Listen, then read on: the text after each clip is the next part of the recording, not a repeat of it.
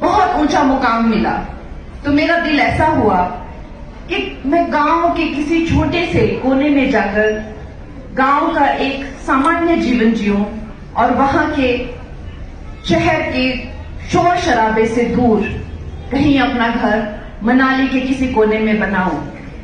और ऐसी कार्तिकेय स्वामी की भी कृपा मुझ पर हुई कि सिरसा गांव में मुझे जमीन मिली। गोविंद ठाकुर जी मेरे निकटतम पड़ोसी हैं, रवि जी भी मेरे पड़ोसी हैं। और ये इतनी विचित्र घटना है कि मेरे माता पिता जानते हैं कि जब हम वहां भूमि पूजन कर रहे थे, और समस्त सिरसा गांव वाले भी, हमारे पंडित जी भी हैं जो कार्तिकेय स्वामी जी के मंदिर की पूजा पाठ करते हैं, कि वहां पे जब हमने पूजा के लिए नारियल रखा तो वो नारियल स्वयं ही फूटकर 2 टुकड़ों में हो गया। तो ऐसी विचित्र घटना जब वो हुई, जब मैंने कार्तिकेय स्वामी जी का आशीर्वाद पाया और उस गांव में मैंने घर बनाया, तो इतना सुकून, इतना अपनापन मुझे अवश्य ही पूरे विश्व में कहीं नहीं मिला है। तो मैं ये समझती हूँ कि मनाली मेरा घर है और यहाँ मेरा अपना घर है। तो अक्सर मेरे माता पिता कहते हैं कि तुम वहां पे अकेली क्या करोगी, हम तो सब नीचे हैं, तुम वहां पे अकेली क्यों रहती हो, तुम्हारा वहां पे अपना कौन है। तो मैं कहती हूँ कि मनाली का बच्चा बच्चा, मनाली का हर जन जन मेरा अपना है।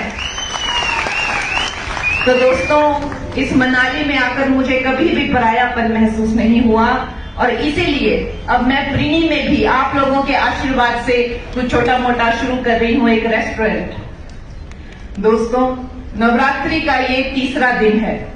इस पावन तृतीय नवरात्रि पे आपको पता है पूरा देश जो है वो देवी की पूजा में लीन है। माता का अनुष्ठान हो रहा है, छोटी छोटी बच्चियों को लाकर उनके पैर धोए जा रहे हैं, उनको शालुए दिए जा रहे हैं, टीकू दिए जा रहे हैं, बिंदियां लगाई जा रही है, प्रसाद और दक्षिणा दी जा रही है। इस तरह से हर जगह नारी शक्ति की जो है पूजा हो रही है, वंदन हो रहा है। लेकिन जो कांग्रेस की महिला विरोधी सोच है, जो उनकी दुष्ट सोच है, वो नवरात्रि में भी उस दुष्ट सोच को कोई विराम नहीं देते हैं। जब से मेरा नाम अनाउंस हुआ है, इनके इतनी मिर्ची लग रही है, इतनी मिर्ची लग रही है कि दिन रात मुझे अपमानित करने में, दिन रात मुझे कलंकित करने में, मुझे दोष लगाने में दिन रात लगे हुए हैं। नवरात्रों में भी इनको चैन नहीं है। जैसे मेरी बहन धनेश्वरी जी ने कहा कि एक बड़ा पप्पू है दिल्ली में, लेकिन हमारे यहां पे भी एक छोटा पप्पू है। वो कहता है कि मैं गौमांस खाती हूं, और उसके पास एक वीडियो है, तो वो वीडियो दिखाता क्यों नहीं है?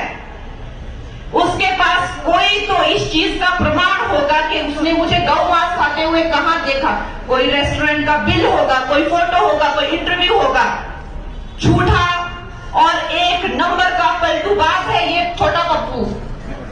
लेकिन आप इससे उम्मीद ही क्या कर सकते हैं, जब इसका सीनियर बड़ा पप्पू कहता है कि हमें शक्ति का विनाश कर देना है, जो भी हिंदू धर्म की जो शक्ति है, देवी शक्ति जो है, उसका विनाश कर देंगे। तो जब बड़ा पप्पू ऐसे बातें करता है तो छोटे पप्पू से क्या उम्मीद की जा सकती है? छोटा पप्पू मुझे कहता है कि ये कलंकित है, ये अपवित्र है, और इसको देवभूमि में आके पवित्र होना चाहिए। मैं उसको पूछना चाहती हूं कि उसे क्यों लगता है कि मैं अपवित्र हूं? क्योंकि मैंने अपने बाप के नाम के बिना, अपनी मां के नाम के बिना, अपने आप खुद अपना नाम मुंबई नगरी में बनाया, इसलिए उसको लगता है मैं अपवित्र हूं। उसको क्यों लगता है मैं अपवित्र हूं? क्योंकि मैं पॉलिटिक्स में आना चाहती हूं।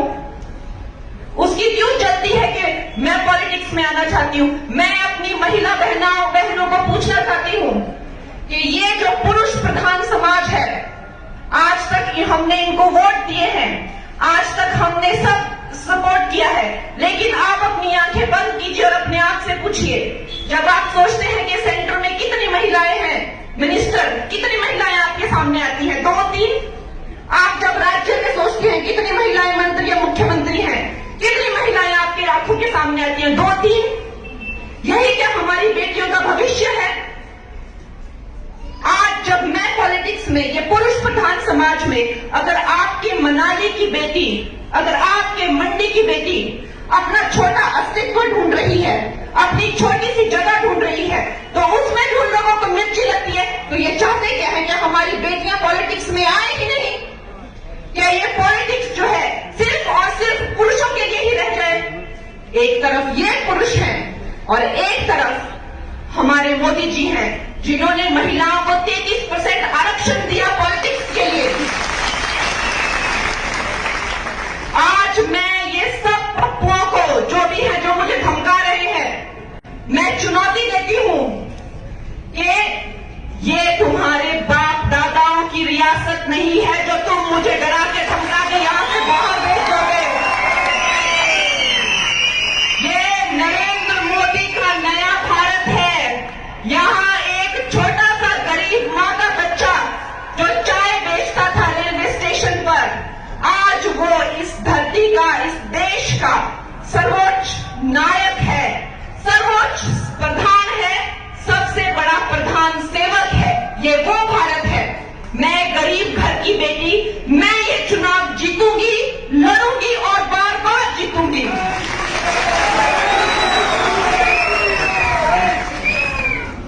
ऐसे राजा बेटा मुझे बहुत मिले हैं, यही नहीं मिले, हर जगह मिले हैं। फिल्म इंडस्ट्री में भी इन राजा बेटाओं को मुझसे बड़ी प्रॉब्लम थी। वहां पे महिलाओं का शोषण करने का प्रचलन था, लड़कियों को इस्तेमाल किया जाता था, चुप करा के भगा दिया जाता था। इसके खिलाफ जब मैंने आवाज उठाई तो यही वंशवादी, यही परिवारवादी कुछ पप्पू जो शराब और ड्रग्स के नशे में धुत रहते हैं, इन्होंने मुझे डराया, मुझे धमकाया, यहां तक कि मुझे नोटिस भेजा और मुझे जेल में डालने की कोशिश की। लेकिन मेरा कुछ नहीं बिगाड़ सके। इन्होंने मुझे खत्म नहीं किया। मैंने अपनी फिल्मों से हीरो ही खत्म कर दिए।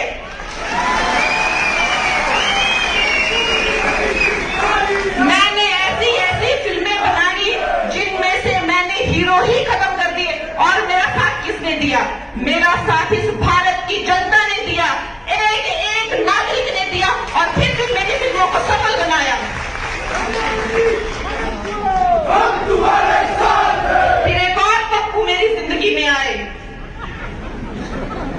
उद्धव ठाकरे, जिन्होंने मुझे फिर डराया, फिर धमकाया, यहां तक कि उन्होंने मेरा घर तक तोड़ दिया। लेकिन आज वो भी ये तमाशा देख रहे हैं कि उनके जैसे इतने बिगड़े हुए बिगड़ैल मुझे डराने की कोशिश कर रहे हैं, लेकिन फिर भी मैं इस मंच पे हूं और फिर भी मेरे पास पूरा जनता का साथ है। तो मैं इस मनाली की धरती से, माता हडिम्बा की धरती से ये प्रण लेती हूं कि मैं यहां वापस आऊंगी, और आप लोग जब मुझे विजय बना के यहां वापस लाएंगे तो हम अपनी बेटियों के लिए और अपने समाज के लिए एक बहुत बड़ा उदाहरण बनाएंगे कि हमारी बेटियां हर क्षेत्र में लड़कों के साथ चलेंगी और बिल्कुल पीछे नहीं रहेंगी। मेरे प्यारे दोस्तों, ये जो नया भारत है कितनी तेजी से विकास कर रहा है, कितनी तेजी से विकसित हो गया है, और हम अभी भी वही फंसे हुए हैं कांग्रेस के झमेलों में। अब ये बात गई, ये बहुत पुरानी बात है, ये कांग्रेस की बात बहुत पुरानी बात है। इनके झांसे में बिल्कुल मत आइए। इन्होंने आपकी मासूमियत का और आपकी शराफत का फायदा ही उठाया है। नेशनल हाईवे यहां पे देखिए मनाली में क्या कितने सारे रोड्स आ गए हैं। हमारी जो बहनें हैं, हमारी जो बेटियां हैं, उनको शौचालय से लेकर, मकान से लेकर, गैस सिलेंडर से लेकर, पानी के कनेक्शन से लेकर, बिजली से लेकर, अरे इन्होंने तो, कांग्रेस वालों ने तो बिजली का कोयला तक खा लिया। हर स्कैम से, हर करप्शन ने इन्होंने कुछ नहीं छोड़ा।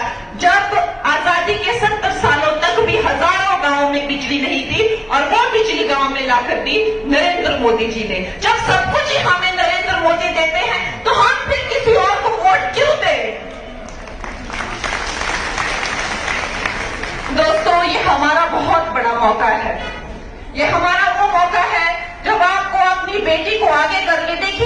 जो मेंबर ऑफ पार्लियामेंट होता है वो सेंटर से कनेक्टेड होता है, और सेंटर में जिसकी सरकार होगी काम तो वही कर पाएगा। और ये सारा दुनिया जानती है, सिर्फ भारत नहीं, सारी दुनिया जानती है कि आएगा तो मोदी ही।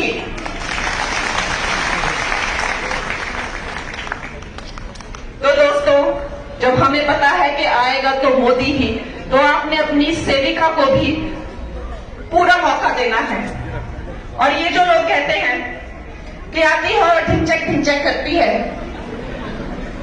मैं उस बंदे को बुलाना चाहती हूँ और उसको अपनी फिल्म का मैं एक सीन दूंगी, और अगर वो मेरी फिल्म का वो सीन कर दे तो राजनीति को क्या, मैं भारत छोड़ के चली जाऊंगी। अगर वो मेरी फिल्म का एक सीन जो मैं उसको दूं, तो अगर वो कर दे तो राजनीति तो क्या, मैं भारत छोड़ के चले जाऊंगी। कला हमें नहीं हम कला को नहीं चुनते हैं, कला हमें चुनती है।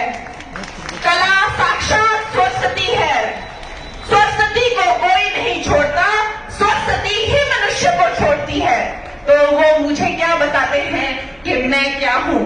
मैंने उनको चुनौती दी है, मुझे कहते हैं इसको क्या राजनीति आती है। अरे मैं पूछती हूं तुम्हारे पास क्या डिग्री है राजनीति की, मुझे दिखाओ। तुमने राजनीति में डॉक्टरेट की है क्या आता है तुम्हें, मुझे दिखाओ वो डिग्री। राजनीति एक भाव है, सेवा करने का एक भाव है, जो राजा में आ सकता है, रंक में आ सकता है, अनाड़ी में आ सकता है, भिखारी में आ सकता है, नारी में आ सकता है, बच्चे में आ सकता है। राजनीति सिर्फ एक भाव है। तो मुझ में आ गया। तुम कौन होते हो मुझे पूछने वाले कि मुझे राजनीति आती है कि नहीं, मुझे राजनीति आती है कि नहीं, मैं लोगों की सेवा करूंगी कि नहीं, ये लोग जानना चाहते हैं। इनकी ये इच्छा पूरी की जाएगी। 4 जून के बाद में इनको डेमो दी जाएगी कि मैं कैसी राजनीति करती हूं, मुझे राजनीति आती है कि नहीं, मुझे लोगों की सेवा करनी आती है कि नहीं। इनको डेमो दिया जाएगा और ये देखेंगे, और आप देखते रहेंगे, देखते ही रहेंगे।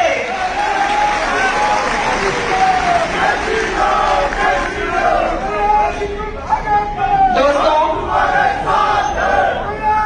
मुझे जब मैं इस जगह पे आई थी तो मैंने नहीं सोचा था कि ये गांव के लोग, इस शहर के लोग मुझे अपनाएंगे या अपना समझेंगे या अपना बनाएंगे। लेकिन देखिए, क्या कार्तिकेय भगवान की कृपा हुई है, क्या माता हडिम्बा की कृपा हुई है कि मेरे गांव से भी बढ़कर न जाने कितने लोग, कितने गांव मेरे साथ आकर जुड़ गए हैं।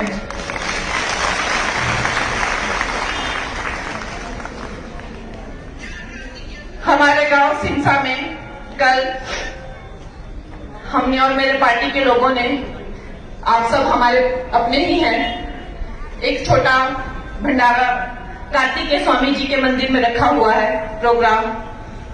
तो आप लोग जो वहां आए, जिन से बन पड़े, आप लोगों का बहुत स्वागत है। दोस्तों, हिमाचल में हमारी जो शिखर नेतृत्व है, उनकी बड़ी योजनाएं हैं। उन्होंने हमें बिलासपुर में इतना बड़ा एम्स बना के दिया, आयुष्मान में हमें 5-5 लाख के फ्री के इलाज दे रहे हैं, स्वास्थ्य बीमा में। उसका हिम केयर करके भी एक्सटेंशन किया हुआ है। फिर 3 नए नाहन में, हमीरपुर में, चंबा में मेडिकल कॉलेजेस खोल दिए हैं। ऊना में पीजीआई सैटेलाइट सेंटर खोल दिया है। अटल इंस्टीट्यूट शिमला में खोल दिया है। ऐसे न जाने कितने काम हो रहे हैं दोस्तों। अब उन कामों में रुकावट नहीं आनी चाहिए। 400 पार का हमारा एक लक्ष्य है। 400 पार में एक मोती मंडी का भी होना चाहिए। हमें पता है कि ये भारत की जो जनता है, ये तीसरी टर्म जो है वो मोदी जी को एक इनाम के रूप में